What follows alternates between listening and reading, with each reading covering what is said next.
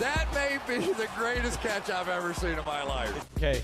I am so excited to go through and talk about my exposures because I know we have had so many people asking me, Mason, who are your most drafted players in fantasy football this year? Now, y'all know that there is literally nobody that is going through and getting in as many real money fantasy football drafts as I am every single day. I'm probably in 6 real life, real money fantasy football drafts. I'll explain how we do that a little later on.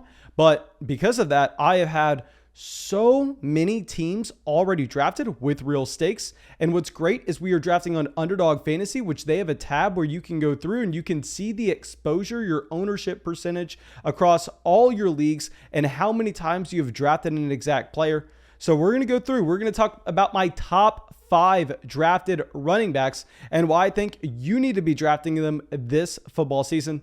Now, of course, if you have not dropped a like on the video, go down there, drop that like, subscribe to the channel. We are on the road to 40,000 subscribers. And if you have not heard about Underdog Fantasy yet, this is actually a platform that you go through, you draft, you don't submit a starting lineup throughout the year. That's automatically done for you at the end of every week. It's called Best Ball, and there are also no waivers. So in my opinion, it's by far and away the best place to get in some extra drafts because I know that everybody watching this video, they have 1 to 3 leagues that they really care about that they need to be making sure they're spending the majority of their time focusing in on through the season. They need to spend all their time making those start-sit decisions, making those waiver wire decisions. So with Underdog Fantasy, this is a place where you can get real money fantasy football drafts in. Like we said, no time commitment during the season. And there's currently a glitch on their app. I have no idea how they are allowing this to happen. But if you deposit $10 with promo code FLOCK, you get $25 added to your balance. And you get my 2021 draft guide, my 2021 Dynasty Rookie Draft Guide, my 2021 rankings, my 2021 tiers that are going to be consistently updated all the way until this season. And that's hundreds of pages of information, a $25 bonus just for you going and depositing $10 so you can get in some of your own fantasy football drafts. And I promise you, there's nothing more fun than going over there and drafting on Underdog.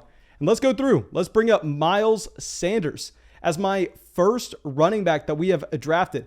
And oh my gosh. So I'm going to get out ahead of this. I was wrong on Miles Sanders last year. I was going through and I was consistently drafting him in the middle of the second round whenever he fell to us. In a lot of drafts, he wasn't falling that far, but when he did, I was going out there and I was drafting Miles Sanders aggressively. Now, this is for a multitude of reasons. What I will say is if Miles Sanders was anywhere close to the same price that he was at last year, I would not consider him. I wouldn't consider him for a second.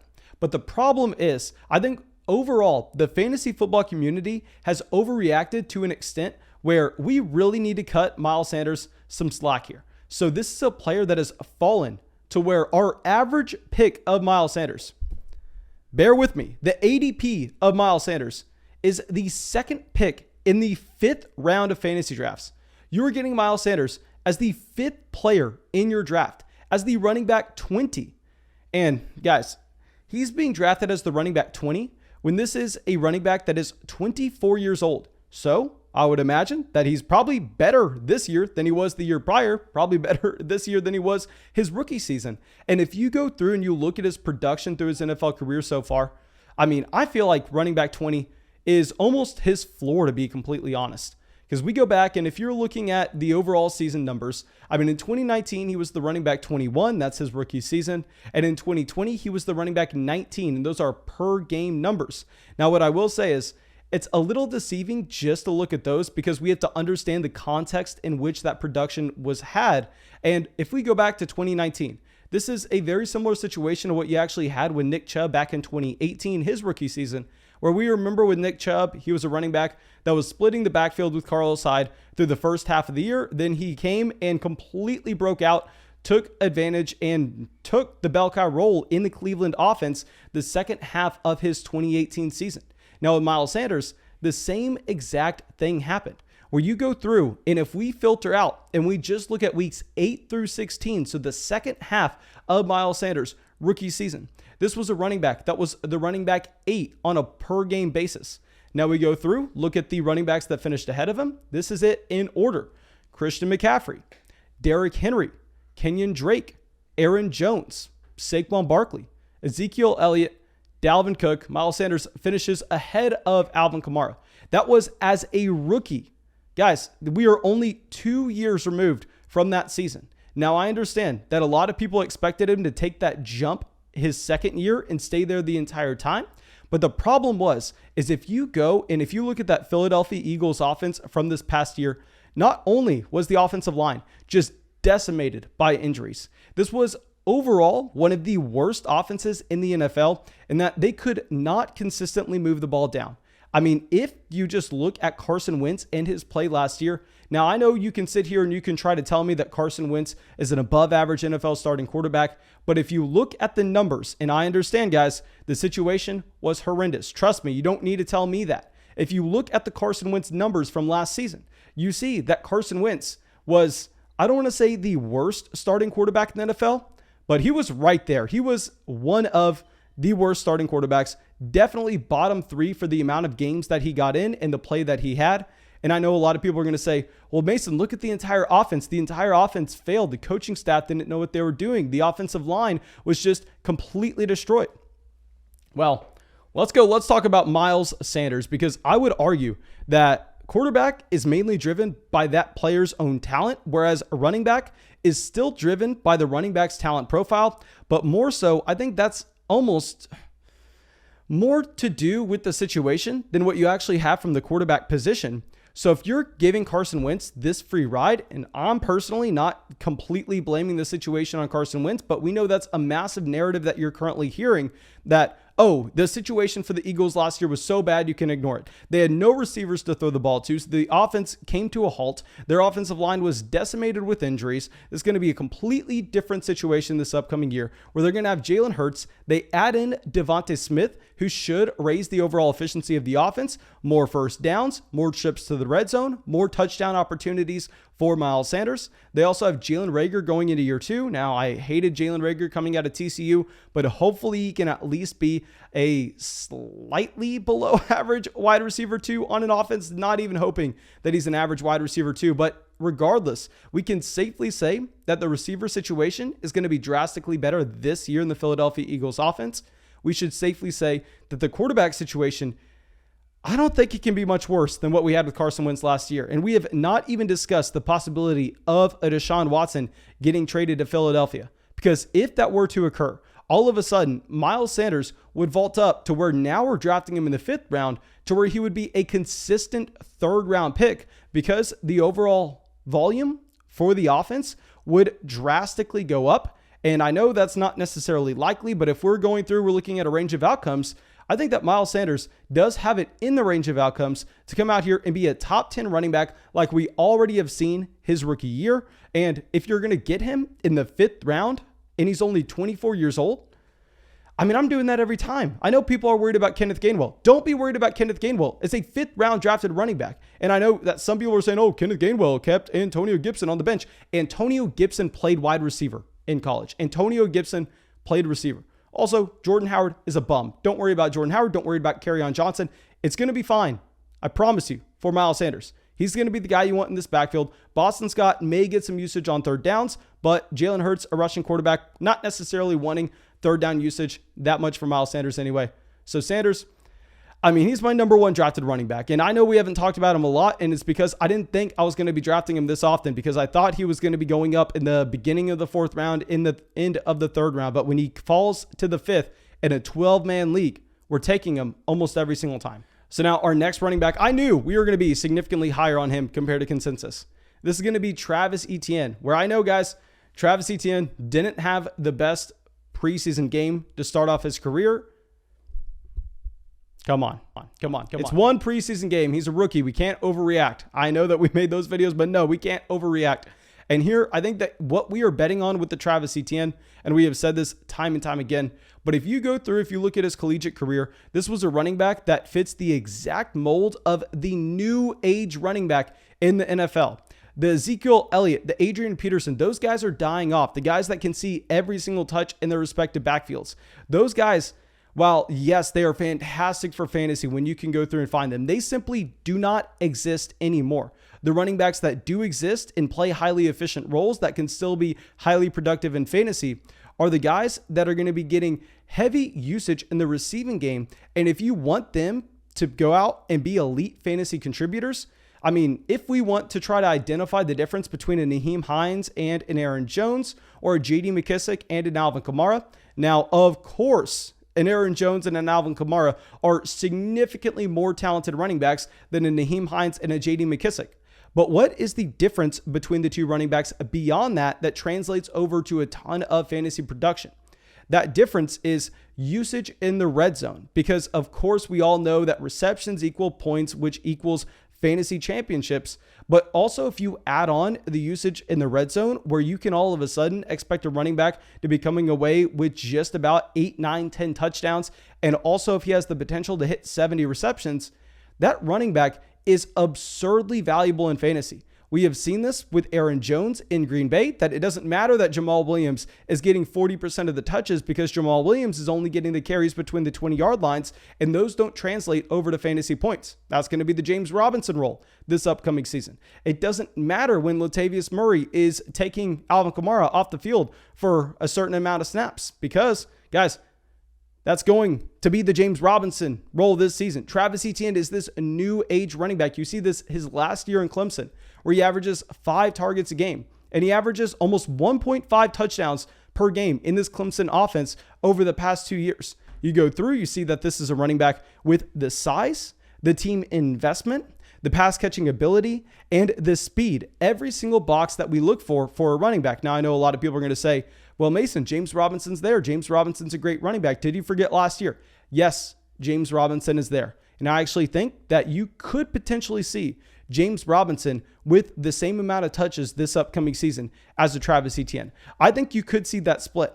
But what you really have to understand in fantasy football, and what our in-depth analysis has shown over the offseason, is that what we are chasing are not just raw touches. You need to be chasing the high-value touches that translate directly over to fantasy production. Travis Etienne's going to be getting every single one of those. At least we hope so. Now, I will say there's a downside for Etienne, where possibly through the first 4 or 5 weeks, James Robinson has the role in the red zone. And if that's the case, you need to be worried about Etienne. And if he was going in the 3rd round, if he was going where DeAndre Swift is currently being drafted, where, I mean, that's the direct comparison. Travis Etienne, DeAndre Swift, they're the same guy. If he was going at that price, I would look at a James Robinson and I'd go, you know what? Robinson's too much of a threat to his red zone role, where we can't necessarily say it's guaranteed we're going to be avoiding Travis Etienne.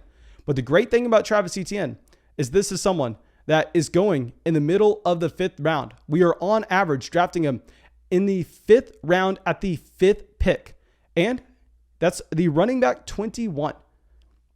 I mean, I think that's just an all upside pick. You're on Underdog Fantasy, if that's where you're drafting, that's where I'm drafting. Literally, you have people taking Jerry Jeudy, Odell Beckham Jr. over Travis Etienne. That makes no sense whatsoever.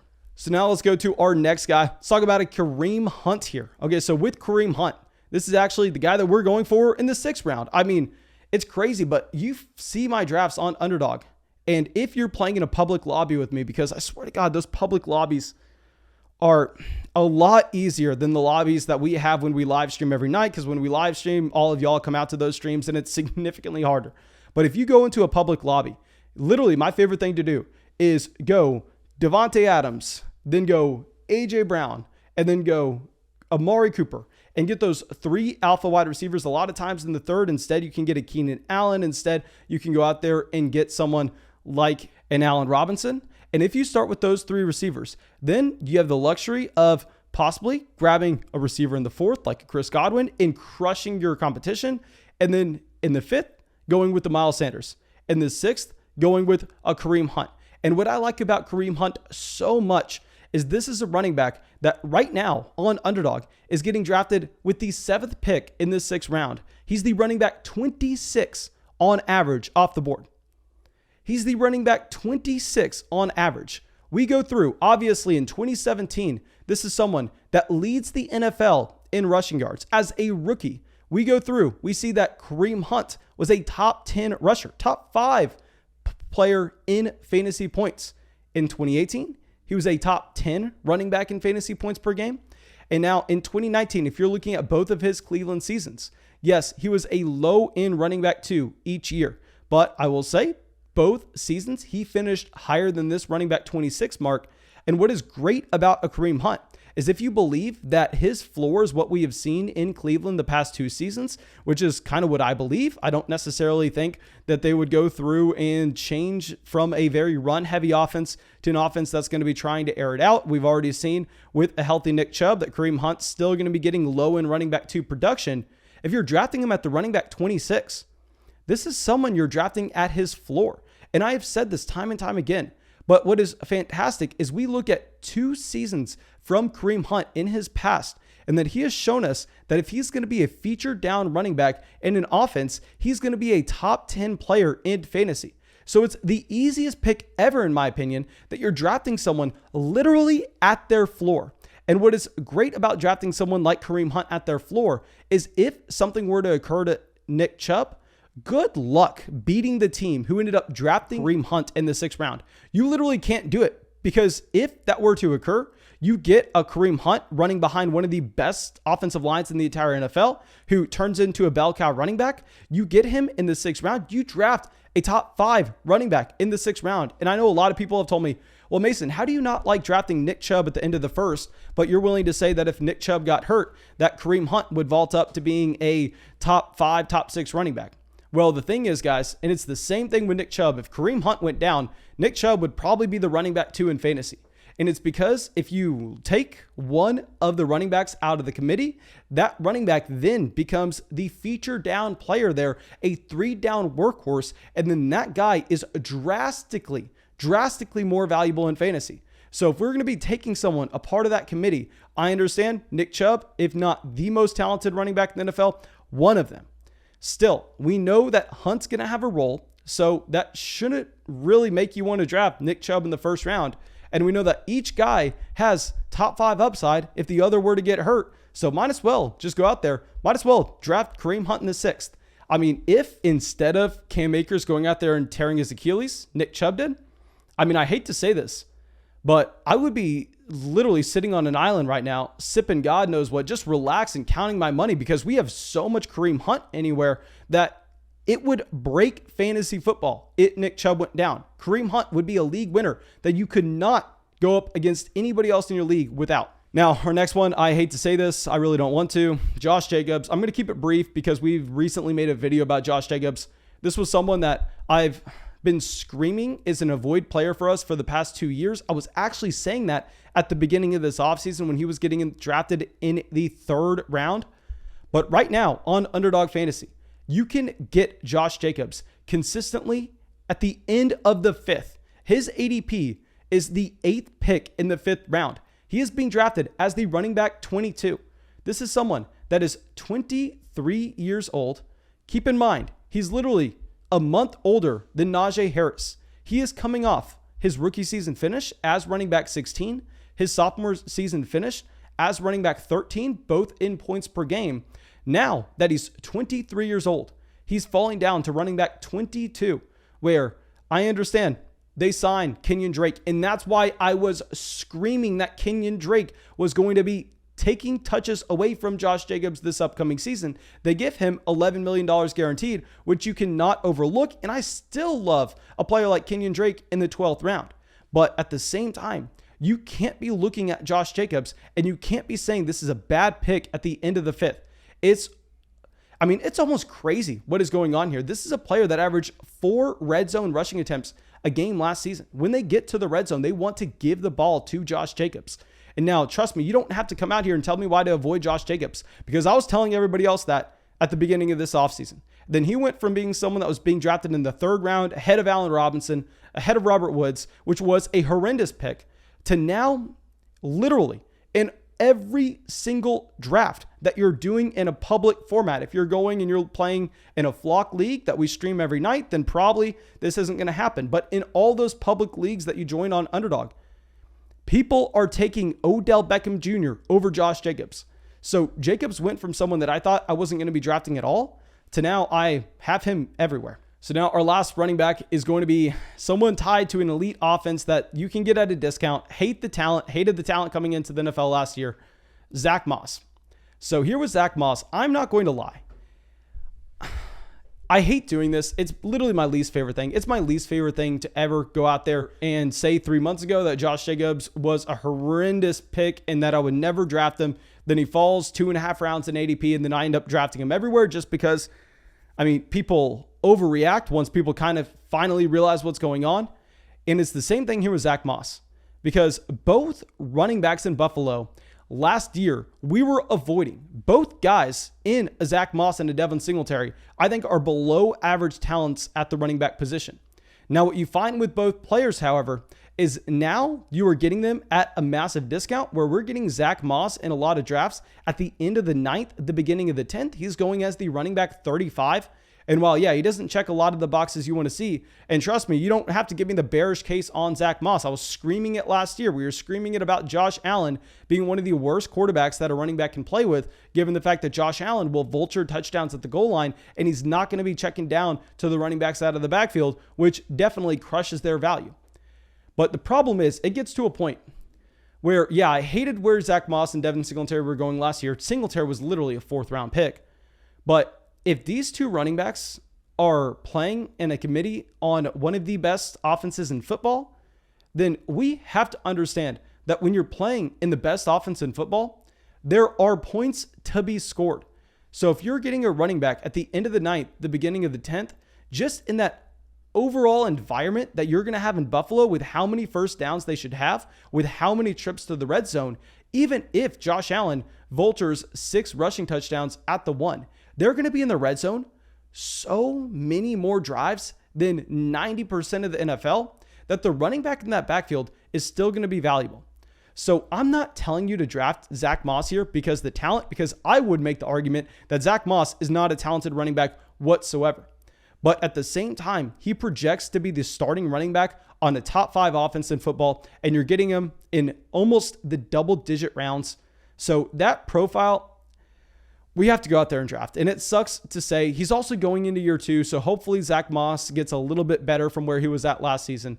And I know it sucks. I don't like saying it whatsoever. I wish he wasn't my number 5 running back in terms of our exposure on drafted players, but he is. I have to include him in the video, and I have to talk about why I keep on drafting him. Now, thank you, my dudes. I really hope y'all enjoyed this video. I'm going to do this at receiver. I'm going to do this maybe at quarterback, maybe at tight end. I maybe have some plans for that stuff in the future. But yeah, that's all I got for y'all. I really hope y'all enjoyed it, and have a great day. Thank you to everybody supporting the show on Patreon. We got some new members in MCGC, Brian, Matthew, Craig, Ian, Woody, Colt, Marcus, Jack, and Nicholas. Thank you, my dudes.